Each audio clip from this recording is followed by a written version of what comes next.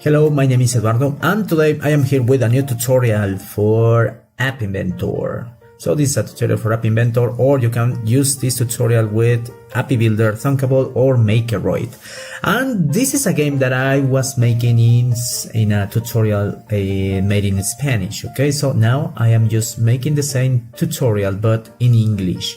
Well, if you check, we have this very simple game where we have this. Okay, the original game, it's planned to be like this is a dog, this is an orange, and this is an arrow. Okay, so but right now we are working just with simple graphics. So the idea is this: you just use one click to control the game.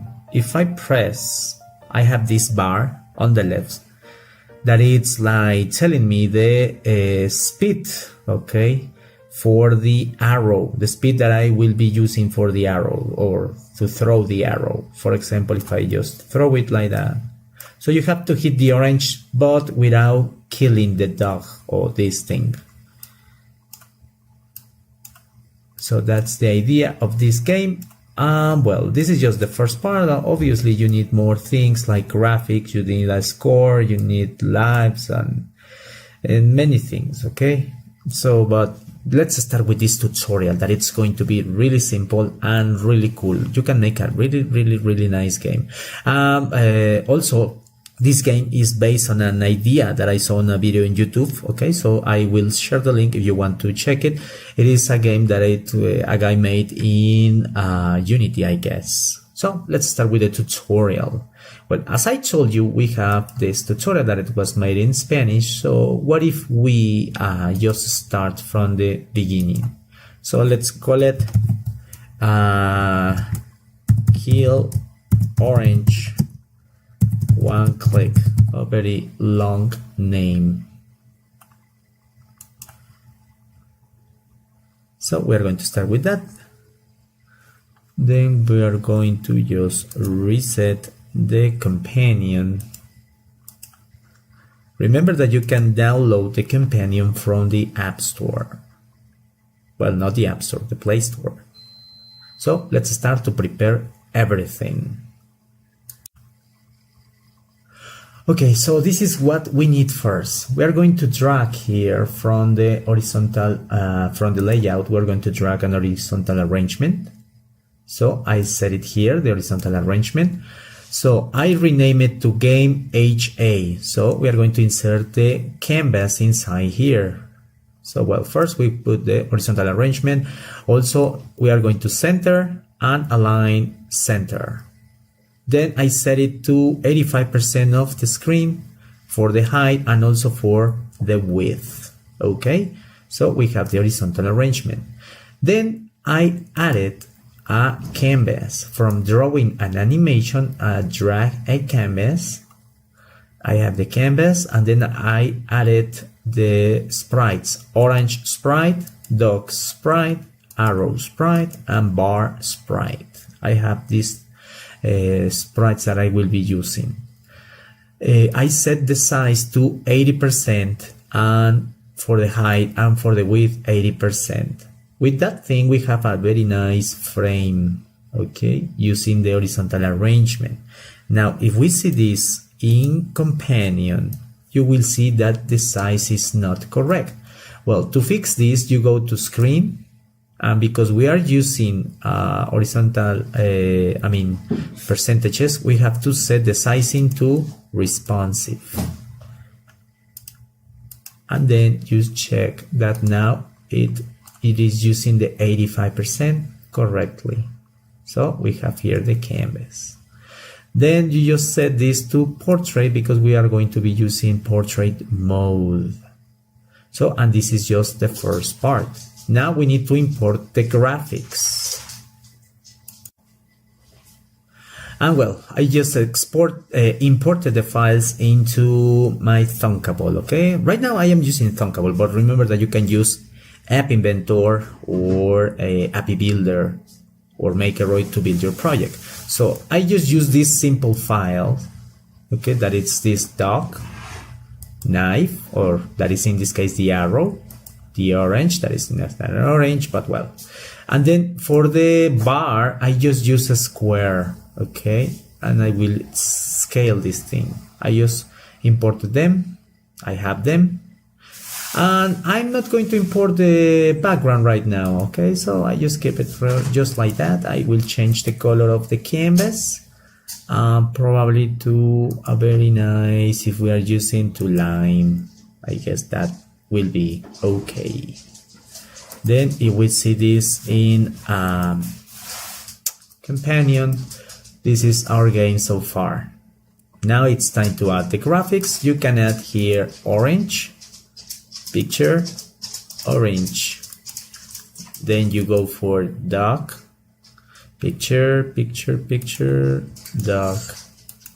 Then we go for arrow, and then for arrow we are going to use the knife.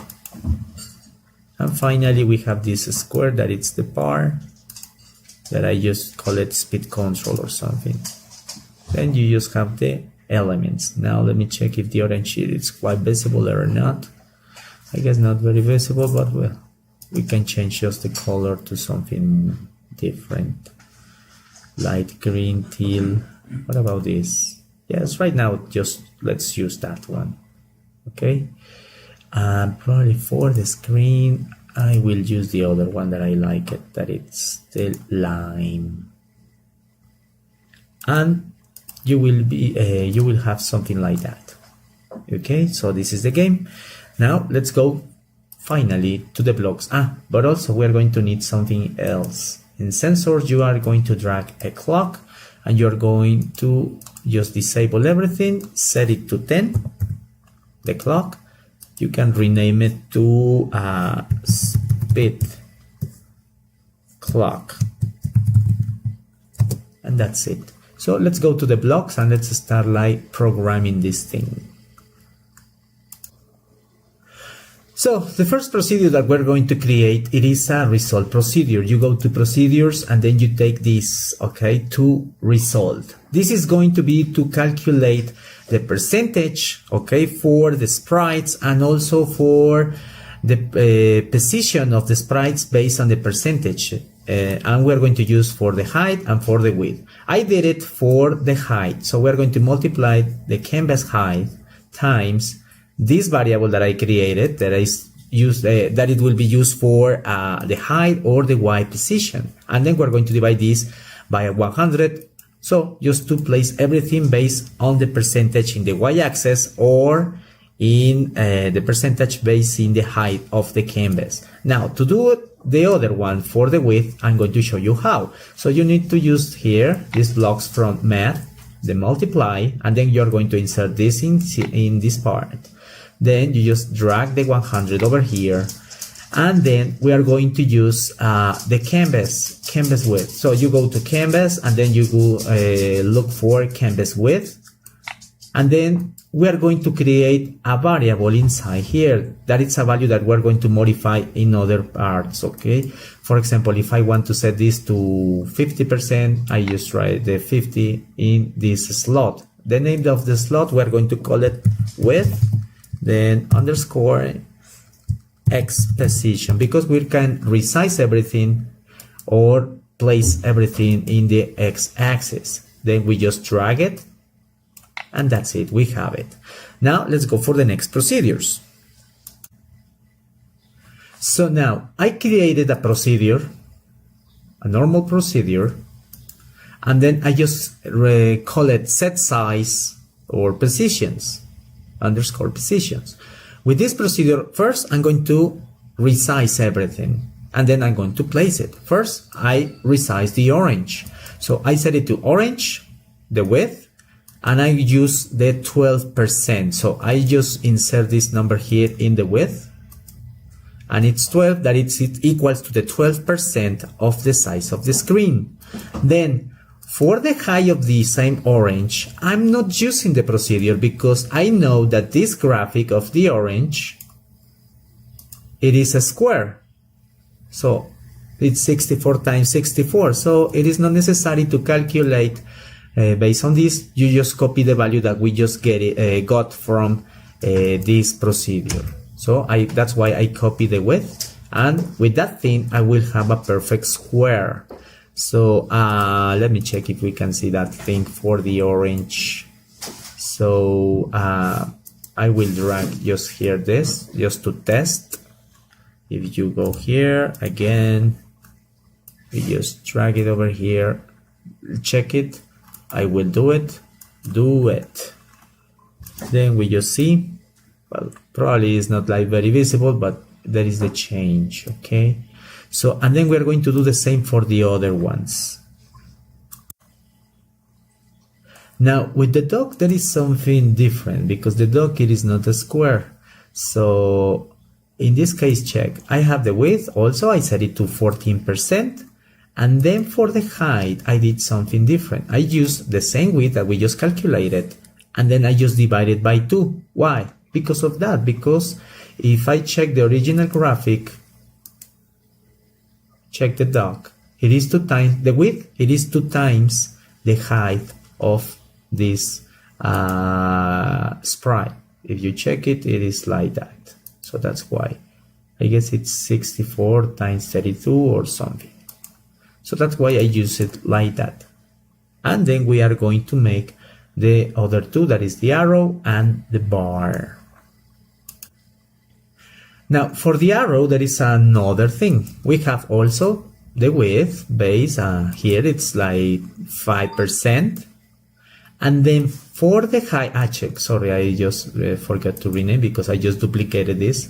For the arrow, the height, I just set it to 3 times the width of the sprite. And then if I call it this thing, well, we will have something more visible here. If you check, all the graphics are now sized like that. Okay. Now let's finish just the things with this. And for the last one, that is the bar. So I just set it to a square of the 5% of the height of the width of the screen or the canvas, and then I just set it, because it is a square, I just set it at the beginning just for the initialize. I just set it to this, to the same value that we just got from here. And now we're going to place everything. We have resized everything, and now we have to place everything. So I will show you that you have to do this. You have to take, for example, again, the orange, and then you are going to look for the X or the Y position. First the X, and then you are going to use the same procedures. So for the X, we are going to use width, and for the Y, we are going to use the H, okay, the height. So that's the way we are going to place everything. So now just let me reduce a little bit this thing, just to show you an example. Here, let me check companion, if it's like working here. Let's make it a little bit smaller. Now let's say that I want the orange to be in the middle or almost in the middle. Well, we're going to use something like that, like 50%. Sorry, 50%. And then we just run the procedure that it's in here. And then we just 50% in the width, that it's almost over here. And what about if we just place it at 20% of the height? If we just run the procedure, we have it in that position. Now you can do it manually, okay, using just your companion, and then you just adjusting, for example, no, maybe 45%, and then you just run this. So it is important that you use companion in that case. But if not, if you want to have it just in the middle, okay, or in the center, you can just make this. Check, we have this position, okay, so you want to have it over there, 50%, but it's not like real 50 because it's moving. The origin of the sprites in App Inventor are on the left top corner, so that's why it is placing here the center. So we need to move a little bit this. So we are going to subtract from this value we're going to subtract just half the size of the sprite. So we're going to use here, we go for the sprite and then just look for the width of the sprite divided by 2, and that will give us a perfect centering. Okay, so we just run the procedure to see the difference, and it's now right in the center.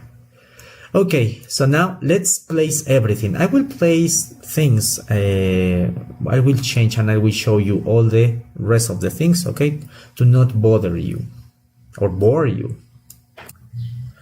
Well, and these are the final positions for all these sprites. So I will just show you this thing. So we have here the orange. The orange, it is 50% in the width and then 8% in the height.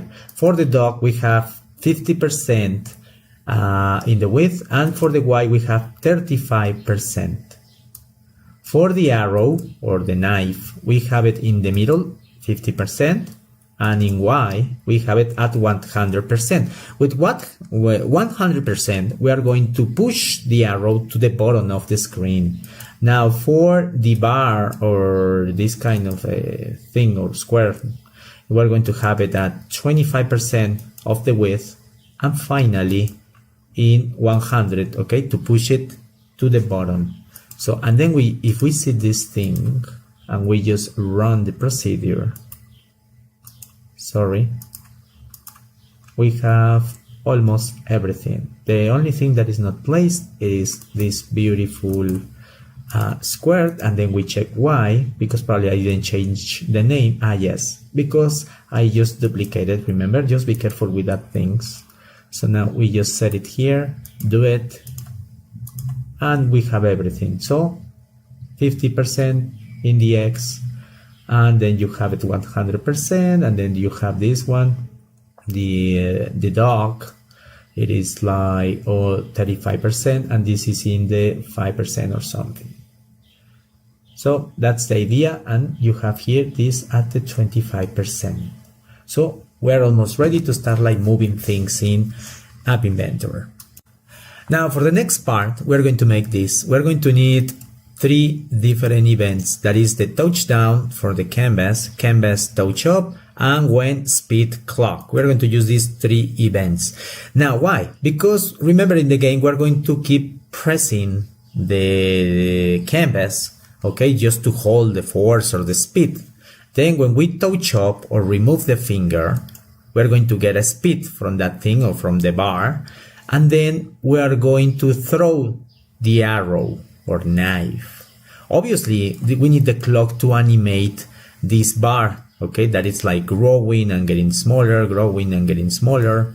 So, and we're going to make that. So basically that is the idea. That's why we are going to use touch up and touch down. This is going to start everything, and then it's going to activate the clock, and then after the clock is activated, and when we stop everything with the touch up. We remove the finger, we stop the clock, and we get a speed, and the arrow is thrown. So let's do it in blocks. Okay, so here in canvas touch down, first I created a variable, is arrow flying, and I set it to false. This is going to help us to avoid people clicking and clicking and clicking, okay, and for example the arrow is flying and then when you touch again, so it will stop and then it will reset the position. No, we want this thing to prevent, okay, multiple touches. So we are going to use this variable. So we are going to call it is arrow flying, and then we set it to false. Then in touchdown, when we press, we are going to say a condition. If the arrow is not flying, that's the idea of this block. If the arrow is not flying, then we are going to activate the clock, and then we are going to reset the position, the height of the bar if we have changed the bar. So we are going to change it to the width of this, okay? So to be the small part, okay? To be this, that's why we are going to use these 2 blocks. Then this thing is activating the speed clock. So that's why we have to go now to the speed clock. What is going to happen with this bar? Well, the bar, it will be like changing its size. For that, we are going to use some other blocks. So just let me stop this. So for the speed clock, we are going to make this. So I will explain you this. So we want this thing to grow, but we don't want it to grow until here. We just want this little bar to grow until the 35% of the height of the canvas. And then when it gets to this size, I want it to reset to 0 or to 5 or whatever. And then again, it will continue like this, tin, tin, tin, tin. Okay, so that's the idea. To do that, we're going to insert here in the speed clock a condition. The condition, it says, hey, if the bar sprite, the height, it is less than the 35% of the size of the canvas. So if this value is smaller, well, we are going to increase its height by 5. And the position, we are going to push it to the bottom, okay, just to have it at the bottom in the Y position, and it will increase, it will grow by 5 units. Else, if we get to a bigger size, okay, so probably 36, we're going to reset the bar sprite height. So it is kind of a loop. So that's the idea for that thing, okay? So when we keep press this thing, now we're going to continue with the next part. So we activated the clock from here, and then from here we have just the bar, and then we need to take this or to use the height of the bar speed or the bar to get the speed of the arrow. So let's do that. Now we have the next procedure, that it's when we touch up. This is the most difficult procedure in this app. So let me put it in here. First, we're going to use a normal condition. We're going to go here to control if, and we're going to check if the arrow is flying or not. If the arrow is flying, true. Okay. If the arrow is flying, then so we are going to run this procedure. So that means that we are going to be able, okay, to use the procedure here to add the speed. If the arrow is flying equals to true, set the variable to false. Okay. So that's the idea with this. But because remember, here we are going to have the other value. So, well, if the arrow is flying, just let me just move this thing, and that's it. So then we're going to, we're going to use this. We're going to set first the variable to false, and then we're going to use the arrow speed. We're going to use or get this value of the arrow speed, and we're going to go for control and then this one. Another condition we're going to add, but in this case, it is like this kind of block. It's quite different. We're going to use it, insert it in here, and we're going to use this procedure that it looks a little bit odd or strange. So I will explain you this. So for that, let's suppose, sorry for this, it looks a little bit messy, but what? So I have the speed on this side and this the height. So this is a rule of 3. So let's say that if we get to the highest value in the height of this bar, that it's the 35% of the canvas, so it will give us the highest speed. And for me, the highest speed will be 25. Now, what happens with my current value? Because it is changing constantly when the bar is growing. So what is the speed if I have another value that is different from 35, for example, 25% or 20?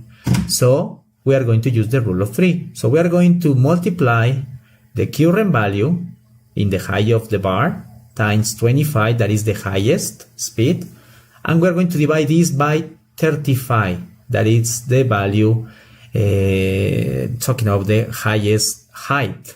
Okay, so that's the idea. You can check it, not very complicated. And now I do it like this. So the 25 here, the current times the highest speed, 25, and we're going to divide this by the 35% of the height of the canvas using the procedure. Okay, now this result, we need to check if this is less, this value is less than 4. So we don't want to have a speed that it's less than 4, because if not, it's going to be really slow. What if we have 0? Okay, so it will take ages to reach the top. So we are going to use this block to prevent that. Now, if we have a value in the speed from this procedure that is less than 4, we are going to take or create a random value for the speed from 5 to 8. So any value from here, it will be just in case we have a value less than 4. Now, else, the normal thing, if we have a value that is bigger than 4, we are going to just use the procedure, and we're going to get the speed based on the height of the canvas. And that's it. Now let's make a test, because this is not finished. We're going to see what is missing now. We're going to go to to screen, and we're going to use initialize, and we're going to resize everything when the app initializes. We're going to use this procedure that we created with set size and positions, and then we're going to run the game. So let's reset the variables. So let's go here to this. I'm going to add just a value just to refresh the companion. I have everything placed right now. If I press now, keep and hold, I have this. If I just touch up, this is touch down, touch up. It is not throwing the arrow. So we need to check why it's not throwing and stopping this thing. Okay, so let's go to the blocks. Then we see touch up. If the global, it is like that. We need to check if we have missed anything from here. Okay, to fix this problem, so we need to check here.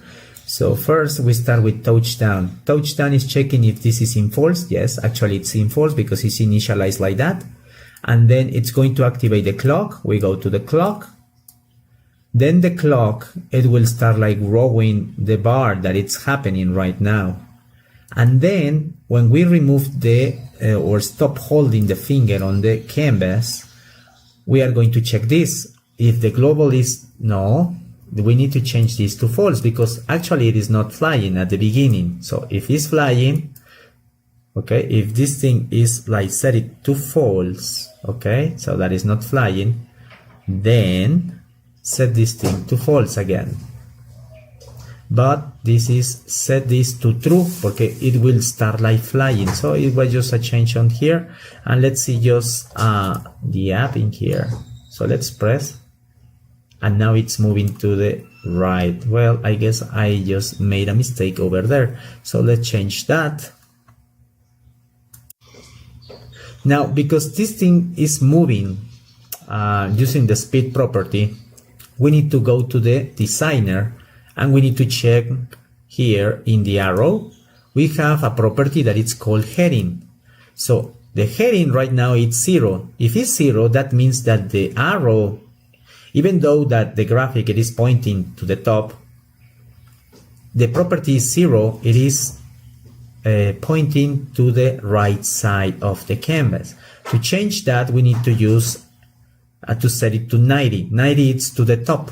So if we set it to 90, then we just open up this thing again. And also check it changed the rotation. So we need to change this thing and rotates, set it to false. So I change rotates and just change the heading. Then I just go for here, and then I just keep holding, and then I just stop holding the finger, and we have this thing that it's flying right now. Right now we don't have any collisions and we don't have anything. We cannot reset the position of the arrow. So how to fix that? Well, we need to check for collisions, and for collisions we can use something here in the arrow that it's collide with Okay, so we need to check if we collide with the orange or with the dog. Now, we are going to use, as I told you this, the arrow. So we are going to create an if condition, and it says if other, we drag it from here, if other, or the other sprite, equals to orange sprite. So if we collide with the orange, what is going to happen? Well, it's going to happen this. The arrow Y position, it will be now reset to 100, that is pushed to the bottom. Then we are going to reset the speed to 0, okay, to stop moving this arrow, okay? And then what happened if we collide with the other, with Pato? Well, if we collide with the Pato, so we can just use the same if other to have a different behavior. If other equals to Pato, we go to dog. To the bottom, we have the name of the sprite, Pato. And then we just, again, reset the position of this arrow. And then we are going to set, again, the speed to 0. That it's the same thing, but we want to have something different. So we can go to the designer, and we can use here from the user interface, and we can use probably just a notifier, short notifier, and then you just have this thing, text color. Probably we can just use a color red and something like white, I guess. And it's going to display a message in this notifier when we collide with the dog. Probably something like you killed a poor dog. Probably something like that. And then we just can insert that thing. And I guess that will do the trick. So you kill a poor dog. Then we are going to display this in, as I told you, in the notifier, and just as a message, simple message, show alert. And that's it. Every time we have collision with the tiny dog, we are going to make that. Now let's just, in case, refresh everything. So we just write a number over there. I'm sorry because I have an ad. Jump. So now we have this. Let's see if it's working. I have it. I killed the dog. Now check, it is not happening again because we need to reset some variables. Okay, so now I need to be able to throw again the knife. So let's go to that. To do that, we need to reset the variable is flying. So we're going to set at the end, I'm sorry, is flying, and we're going to set it to false to be able to throw this arrow again and again and again. Okay, so then we just need to refresh everything. Remember, we have it there, we kill the dog, and I'm able to throw it again. Okay, now we need to move the dog, and we need to check just something that bugs me a little bit, that is the speed of the arrow. Now if you check, the arrow looks a little bit like choppy. So to fix this thing, we go to the designer, then we go to the arrow, and then we just change the interval to 10. Then we just try it again, and now it is quite smooth.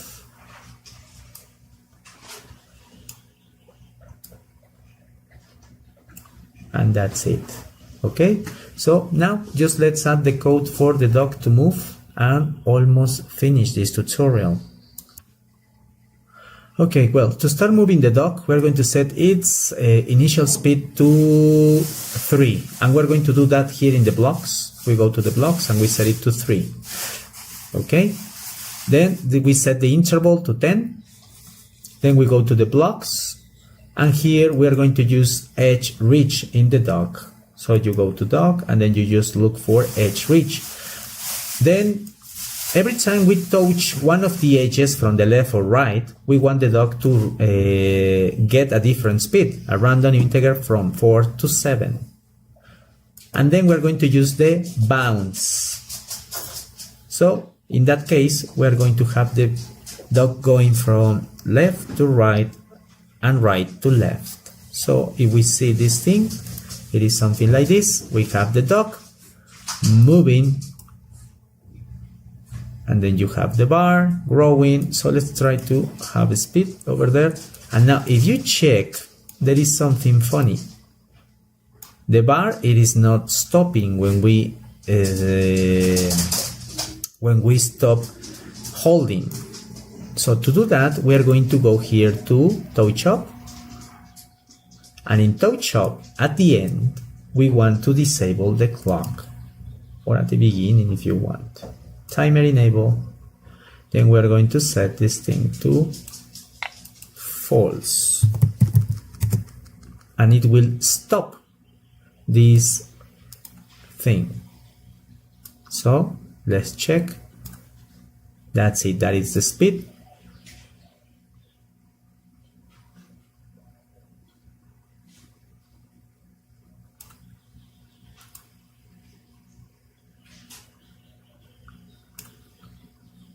And that's okay. If you check, we have here like a little jumping thing. That is because it is pushing this position every time. I guess that's not a problem. So it is okay. Speed clock, bar. So we can set it first here. We can set it always here.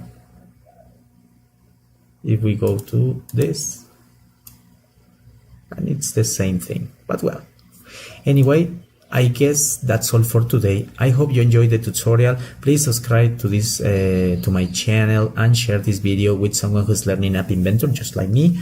Okay, and please, if you like the video, enjoy the video, please like it. That is pretty important for me. Okay, and if you check, you can add more things. I know this tutorial was a little bit long, but it's because I just put together 2 tutorials that I made in Spanish. Okay, so in Spanish I made just 2 tutorials, and I just put them together for you in this English version. So if you like the video, please just tell me, and I will continue adding sounds, better graphics, and probably score and lives. So let's try to get to the fastest speed. That's it. And you can add more dogs and more things, okay, and to make it more like a real game in made in App Inventor, or in this case I use Thunkable, but you know that you can use App Builder, Makeroid, App Inventor, or any other thing that is similar or based on App Inventor. So my name is Eduardo. I will see you next time. Thanks for watching this video. I will see you. Bye bye.